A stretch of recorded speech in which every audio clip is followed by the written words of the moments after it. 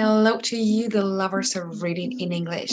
Prepare to be surprised by the masterpiece written by Sir Hugh Munro and its unexpected twist.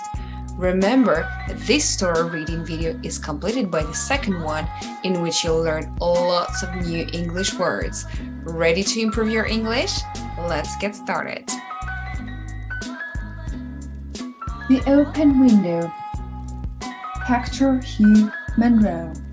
Pen name Saki.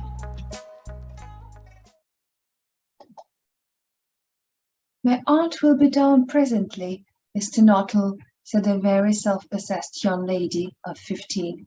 In the meantime, you must try and put up with me.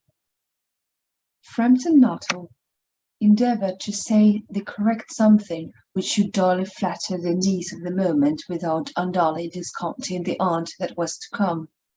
Privately, he doubted more than ever whether these formal visits on a succession of total strangers would do much towards helping the nerve cure which he was supposed to be undergoing.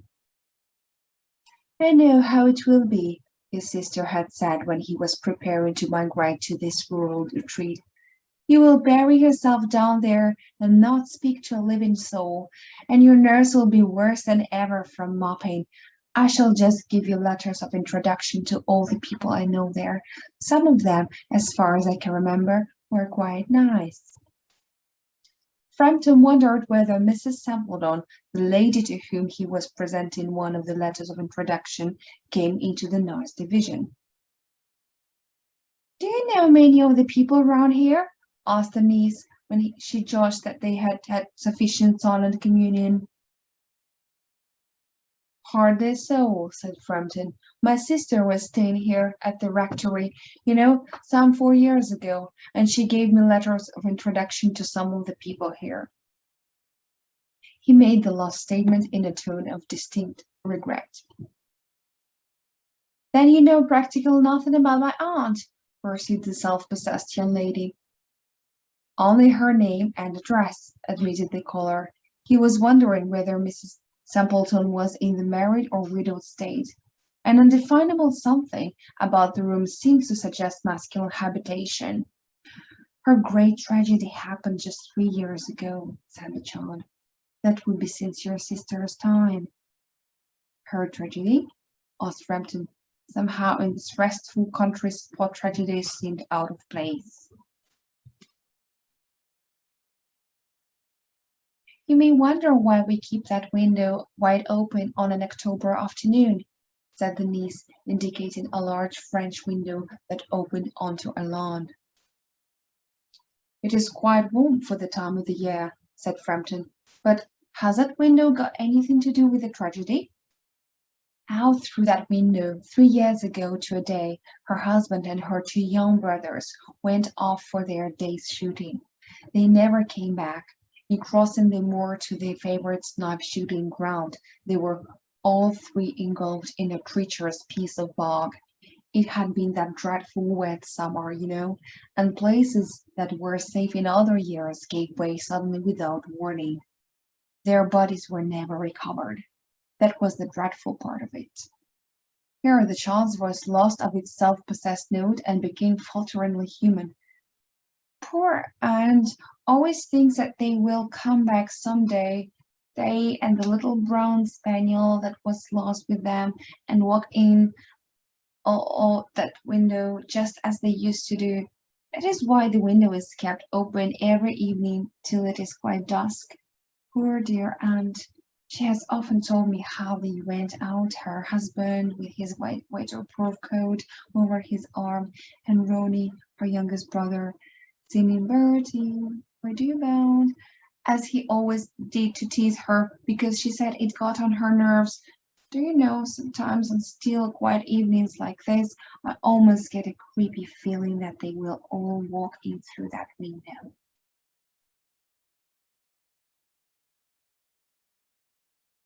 She broke off with a little shudder. It was a relief to Frampton when the aunt bustled into the room with a whirl of apologies for being late in making her appearance. "I hope Vera has been amusing you," she said. "She has been very interesting," said Frampton. hope you don't mind the open window, said Mrs. Simpleton briskly. My husband and brothers will be home directly from shooting, and they always come in this way. They've been out for a snipe in the marshes today, and so they'll make a fine mess over my poor carpets. So like you menfolk, isn't it? She rattled on cheerfully about the shooting and the scarcity of birds and the prospects for duck in the winter. To Frampton, it was all purely horrible. He made a desperate but only partially successful effort to turn the talk onto a less ghastly topic. He was conscious that his hostess was giving him only a fragment of her attention, and her eyes were constantly straying past him to the open window and the lawn beyond. It was certainly an unfortunate coincidence that he should have paid his visit on his tragic anniversary. The doctors agree in ordering me complete rest, an absence of mental excitement, and avoidance of anything in the nature of violent physical exercise, announced Frampton, who labored under the tolerably widespread delusion that total strangers and chance acquaintances are hungry for the least detail of one's ailments and infirmities, their cause and cure. On the matter of diet, they are not so much in agreement, he continued. No, said Mrs. Simpleton in a voice which only replaced a yawn at the last moment. Then she suddenly brightened into alert attention, but not to what Frampton was saying. Here they are at last, she cried, just in time for tea. And don't they look as if they were muddy up to the eyes? And this is how the story ends, unexpectedly, isn't it? No, just kidding. What do you think happens next? Before you hear the end of the story, share your ideas in the comment section below. We'll see who imagined the most interesting ending. Frampton shivered slightly and turned toward the niece with a look intended to convey some pathetic comprehension. The child was staring out through the open window with a dazed horror in her eyes. In a chill shock of nameless fear, Frampton swung round in his seat and looked in the same direction. In the deepening twilight, 3 figures were walking across the lawn towards the window. They all carried guns under their arms, and one of them was additionally burdened with a white coat hung over his shoulders. A tired brown spaniel kept close at their heels. Noiselessly, they neared the house, and then a hoarse young voice chanted out of the dusk, I said, Bertie, why do you bound? Frampton grabbed wildly at his stick and hat. The hall door, the gravel drive, and the front gate were dimly noted stages in his headlong retreat. A cyclist coming along the road had to run into the hedge to avoid imminent collision. Here we are, my dear, said the bearer of the white mackintosh coming in through the window. Fairly muddy, and most of it's dry. Who was that who bought it out as we came up? A most extraordinary man, a Mr. Nuttall, said Mrs. Simpleton, could only talk about his illnesses and dashed off without a word of goodbye or apology when you arrived. One would think you had seen a ghost. I expect it was the spaniel, said the niece calmly. He told me he had a horror of dogs. He was once hunted into a cemetery somewhere on the banks of the Ganges by a pack of pariah dogs, and had to spend the night in a newly dug grave, with the creatures snarling and grinning and foaming just above him, enough to make anyone lose their nerve. Romance at short notice was her specialty.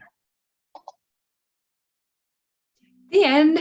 This time, I'm not joking. So did you guess how the story was going to end? I'll let the others decide. Let's see who gets the greatest number of likes for the best imagination. Now, watch part number 2 that will help you understand the story even better and learn new English words.